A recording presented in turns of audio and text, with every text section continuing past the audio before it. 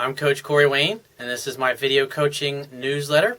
And the topic of this newsletter is going to be Live Your Life to the Fullest Extent Possible. Well, today we're going to talk about personal responsibility. In other words, the person that is ultimately responsible for your own success, your own happiness, and fulfillment in life is not going to be me. It's not your favorite politician. It's not your friend. It's not your mommy. It's not your daddy. It is you. And until you accept that your success or failure is directly linked to the actions that you take or the actions that you fail to take, you're not going to be able to have the mindset that is going to propel you to move you through the difficult times and the challenges that you have in your life, so you can ultimately one day get to a place where everyone and everything in your life is a life and lifestyle that you've always dreamed of. And I've got some great quotes here that I want to share with you that I think are really powerful. And the first one is by Tony Robbins, and it's from his book Unlimited Power. And if you haven't read anything by Tony Robbins, I highly recommend his work, because when it comes to the science and the success of high achievement, he gets it on a level that nobody before or since does. And I love this quote. He says, "Achievers tend to believe that no matter what happens, whether it's good or bad, they created it. If they didn't cause it by their physical actions, maybe they did it by the level and tenor of their thoughts. If you don't believe that you're creating your world, whether it be your successes or your failures, then you're at the mercy of circumstances. Things just happen to you. You're an object, not a subject." It's very interesting. Because when we look at what's going on, like look at our society, we have politicians that prey upon people that have basically gotten to a point in their life, or they just simply have not been educated in who they really are and what they're truly capable of. And so therefore they don't think that they can have the kind of success that they really want. They just simply don't believe that they're capable of it. And then they've got politicians that say, you need me to solve your problems. You need me to give you welfare. Or you need me to give you a loan for your business. Or you need me to make all of your decisions for you. And their attitude is these people are control freaks. They think that they're better than the rest of us. And anytime you put yourself in a position where you believe or you think that someone or something outside of yourself is responsible for your success, you completely give all of your power away. You completely let go of having any chance to succeed and become what you're truly capable of, to reach your own true, full potential. And I've got another great quote that I'm going to read. It's from a poem that was read at the end of the movie the movie that came out this past year called Act of Valor, which if you haven't seen it, I highly recommend it.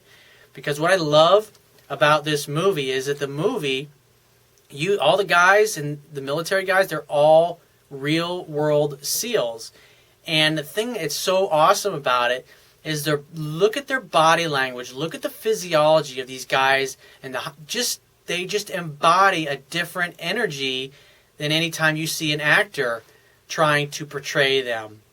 And it's just, these guys, they're men, they're brothers, they love one another, they look out for one another, they are teammates, and they embody what teamwork actually means. And so at the end of the movie, there's this poem that was read. It's by Chief Tecumseh. And it's just so fucking powerful.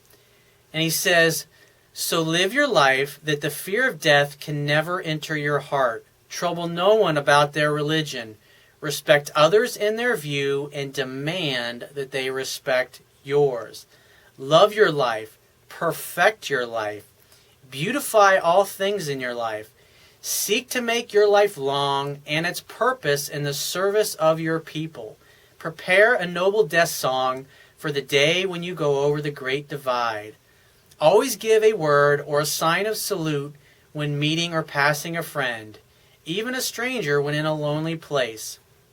Show respect to all people and grovel to none. That's why I don't give a fuck what other people think about me. It's like occasionally when I see people going, I don't like the way you talk. You shouldn't talk like that. You shouldn't use cuss words. Nah, nah, nah. It's just easier to block that person and delete their comment when I've got dozens and dozens of emails I haven't even gotten to yet from people who kindly and earnestly really want my help and want me to look at their situation for them. It's like, why would I want to spend my time arguing with a fucking jerk-off? The world is full of them.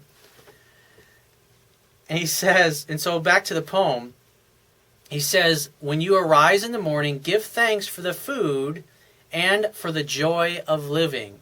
Life is a gift.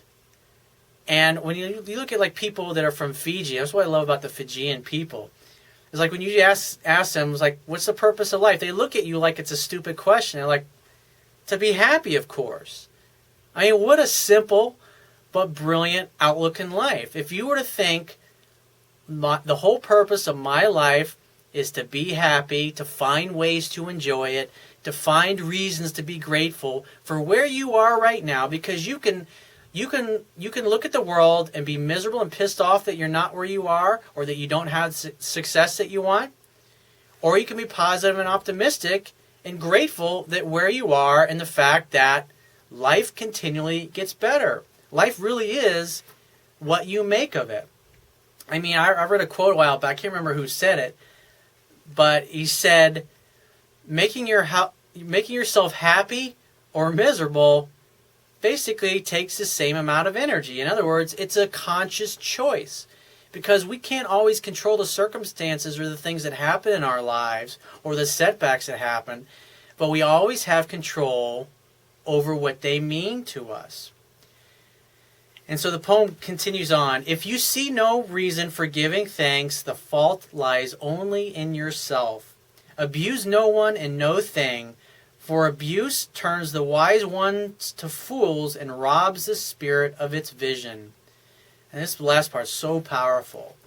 It's like when you look at people that like are on their deathbeds, or if you've ever had the chance to talk to someone or read a book or an article on someone who works in hospice care, which is basically what they do is they work with people who are on their deathbeds, where they're literally days, weeks, or months away from passing away. All of them say the same thing. I wish I'd have spent more time with my friends. I wish I would have spent more time with my family. I wish I would have worked less. I wish I would have taken more risks. I wish I'd have done those things that I wanted to do but was too afraid to do. Because at the end of the day, when your time's up, it's up. And there's nothing you can do. And so you don't want to be one of those people that's on your deathbed having regrets. And so he says, when it comes your time to die, be not like those whose hearts are filled with the fear of death, so that when their time comes, they weep and pray for a little more time to live their lives over again in a different way. Sing your death song and die like a hero going home. It's like Wayne Dyer says. He read this book. It was I think his uncle gave it to him, and when he went into the Navy, and so it was called The Death of Ivan Illich, if I remember right. And basically, the point of the book was there was this judge, and he lived and died in Russia, and this guy basically hated his life. He hated his wife. And like as he's laying there on his deathbed having this conversation with his wife, he looks at her and he says, what if my whole life has been wrong? And then he fucking died. I mean, can you imagine? And so in other words, live your life as though you're going to live forever, but live as though you're going, plan your life as though you were going to live forever, but live your life as though you were going to die tomorrow. In other words, don't die with your music still in you. So if you have a business idea that you've been thinking about or that you have a passion for, and you're thinking to yourself, I don't have enough education, I don't have enough money, I don't have enough resources, I don't know the right people, I don't know anything about business, those kinds of excuses that we all tell ourselves, or you want to lose 100 pounds, or you want to lose 50 pounds, or you want to get in great shape again. You've got to think about your own self-talk, and you've got to take risks, because it's just like Steve Jobs said. He used to get up every day and he used to look himself in the mirror and he used to say, if today was going to be my last day, would I want to do what I am about to do today? And he said when the answer was no too many days in a row, he knew he needed to change something. That's something to think about. So if you're not where you want to be right now, either you want to improve your success with women, or you want to start a business that you've always wanted to start, or you want to get in better shape, or you want to change careers because you're not really satisfied in your job, or maybe you want to go back to school, or you're trying to get investors for your business.